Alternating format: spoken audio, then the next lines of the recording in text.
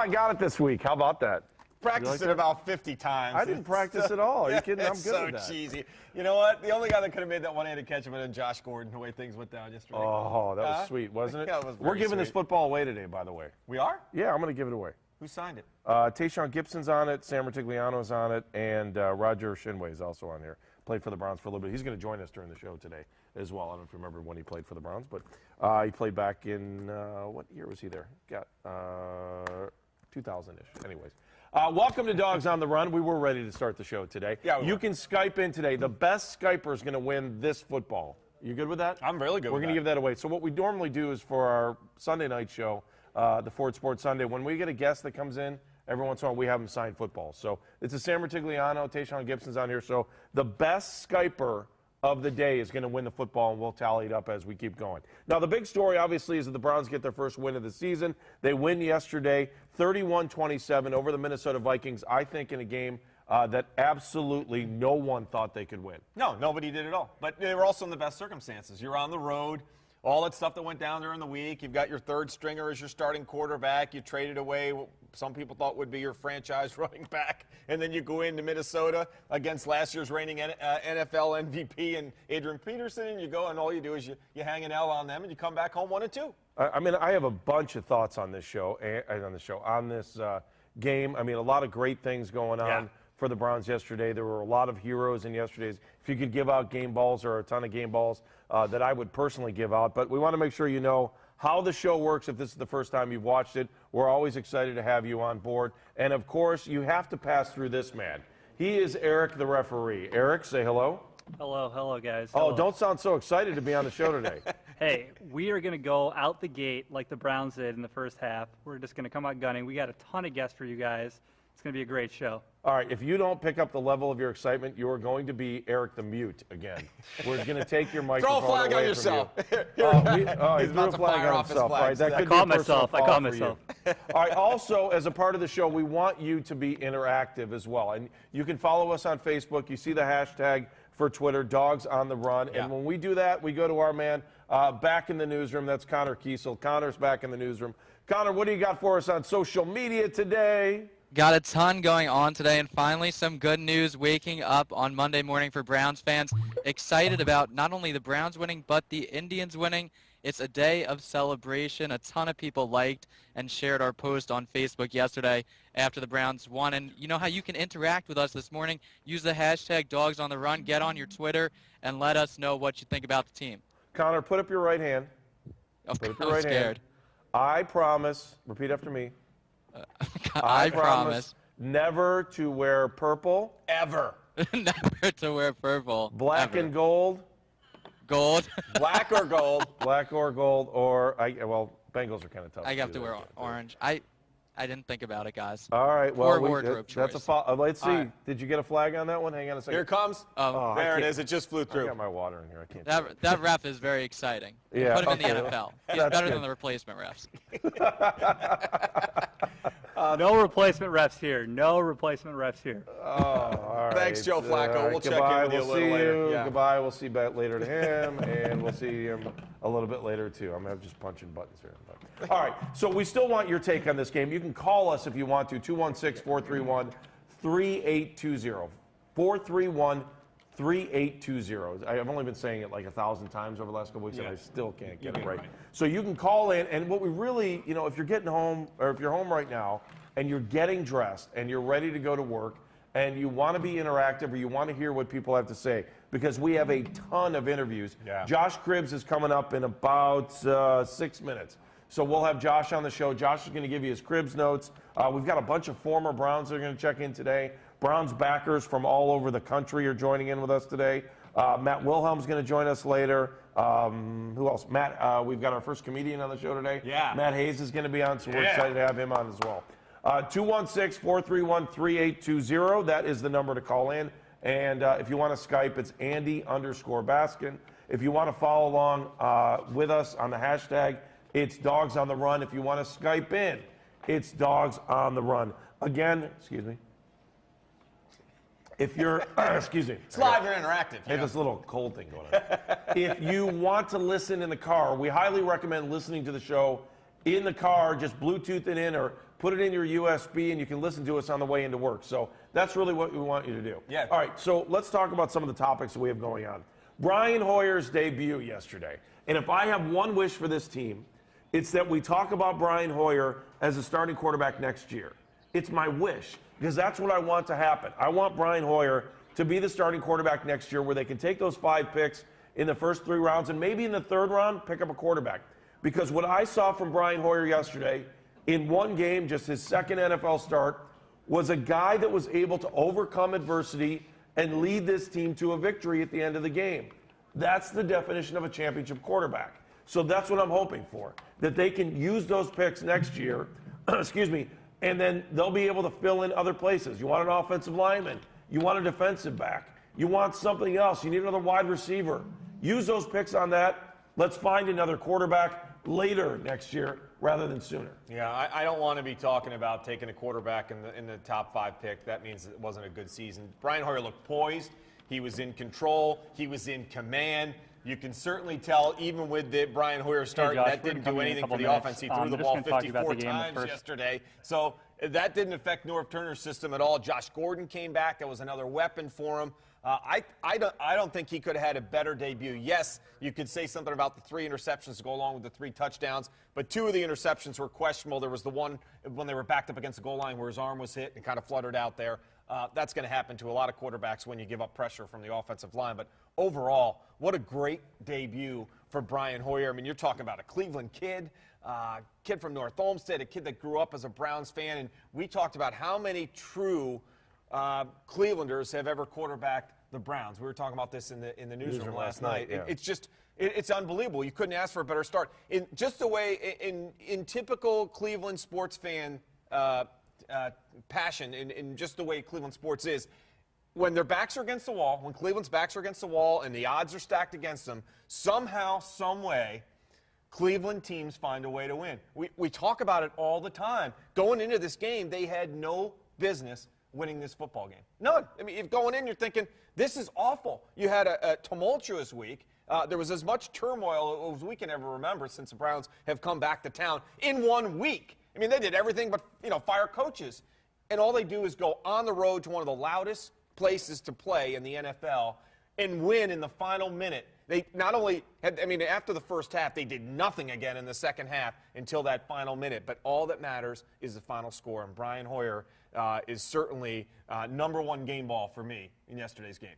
216-431-3820 if you want to call in or Skype in, and you can win this official football from our show. Sam Ratigliano, who else we got?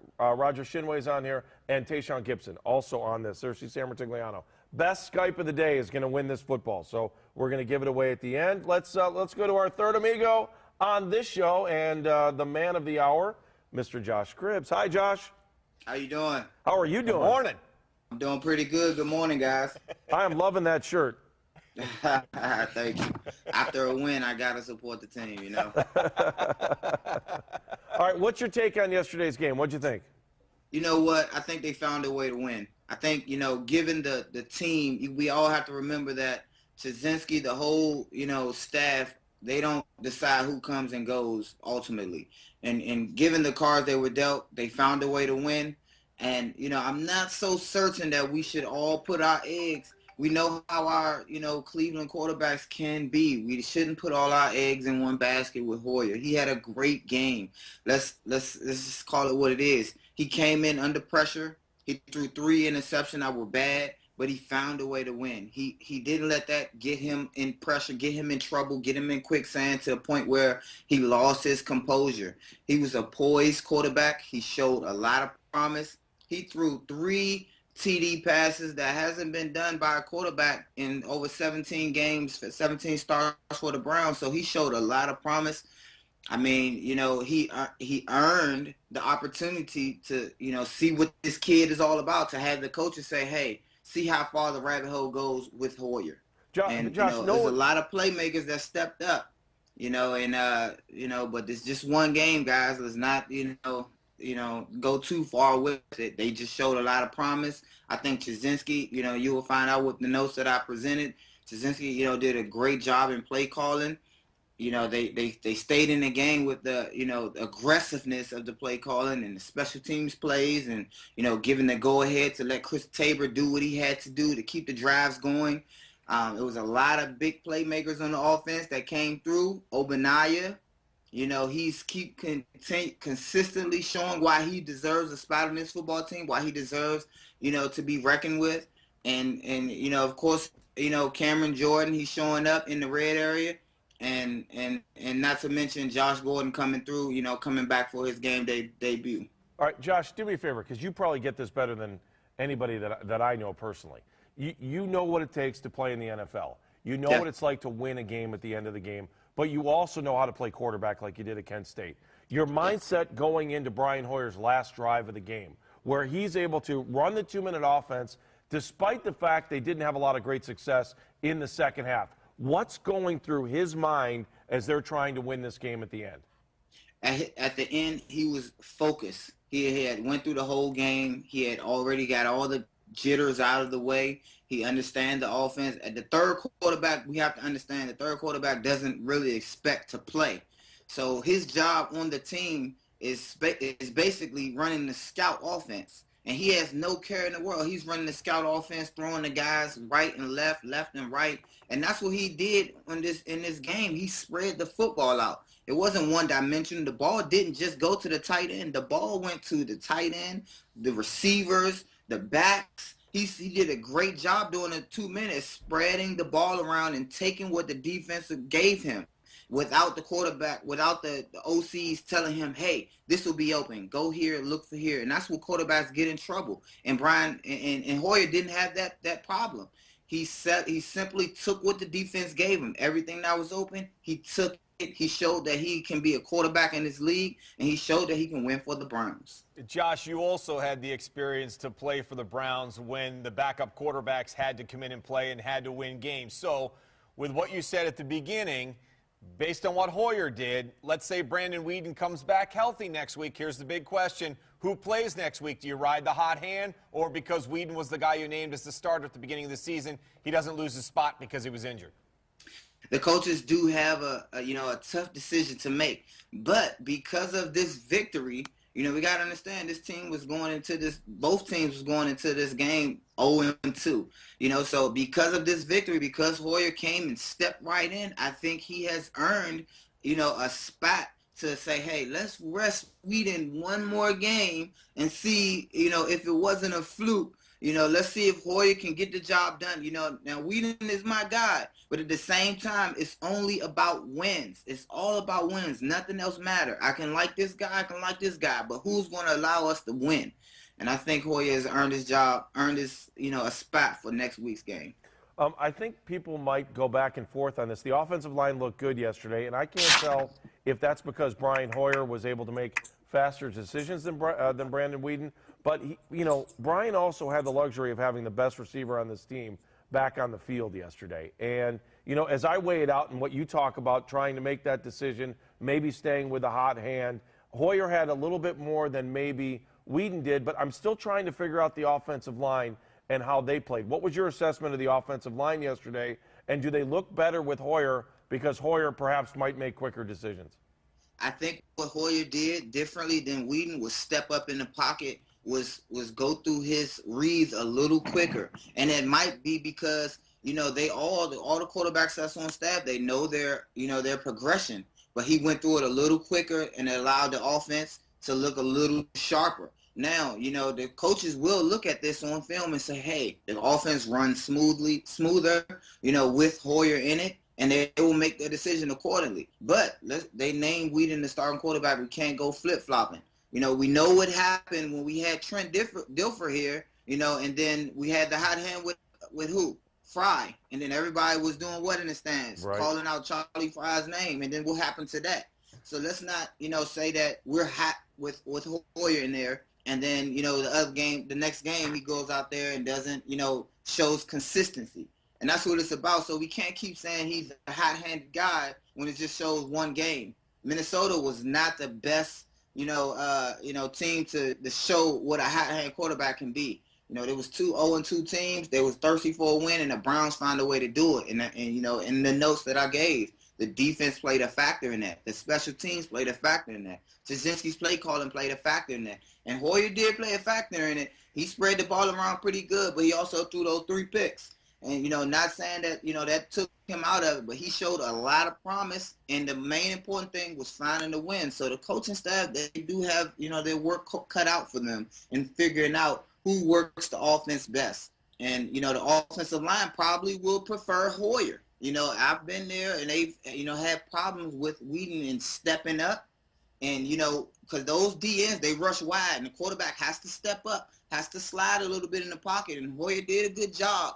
But only time can tell who the starter will be come next Sunday. All right, just for the record, Josh, I was screaming cribs when they were having Charlie Frye. I wanted you to play quarterback. All right, we're going to join you. You'll join us again at 7:40. We're going to go through your first ever Cribs notes. I know you teased it a little bit. Jersey down from the wall. Yeah, exactly. That was last week. All right, Josh, we'll talk to you in about a half hour. Again, the debut of Cribs Notes coming up in just a little bit. Thanks, Josh. Appreciate it. Thank you.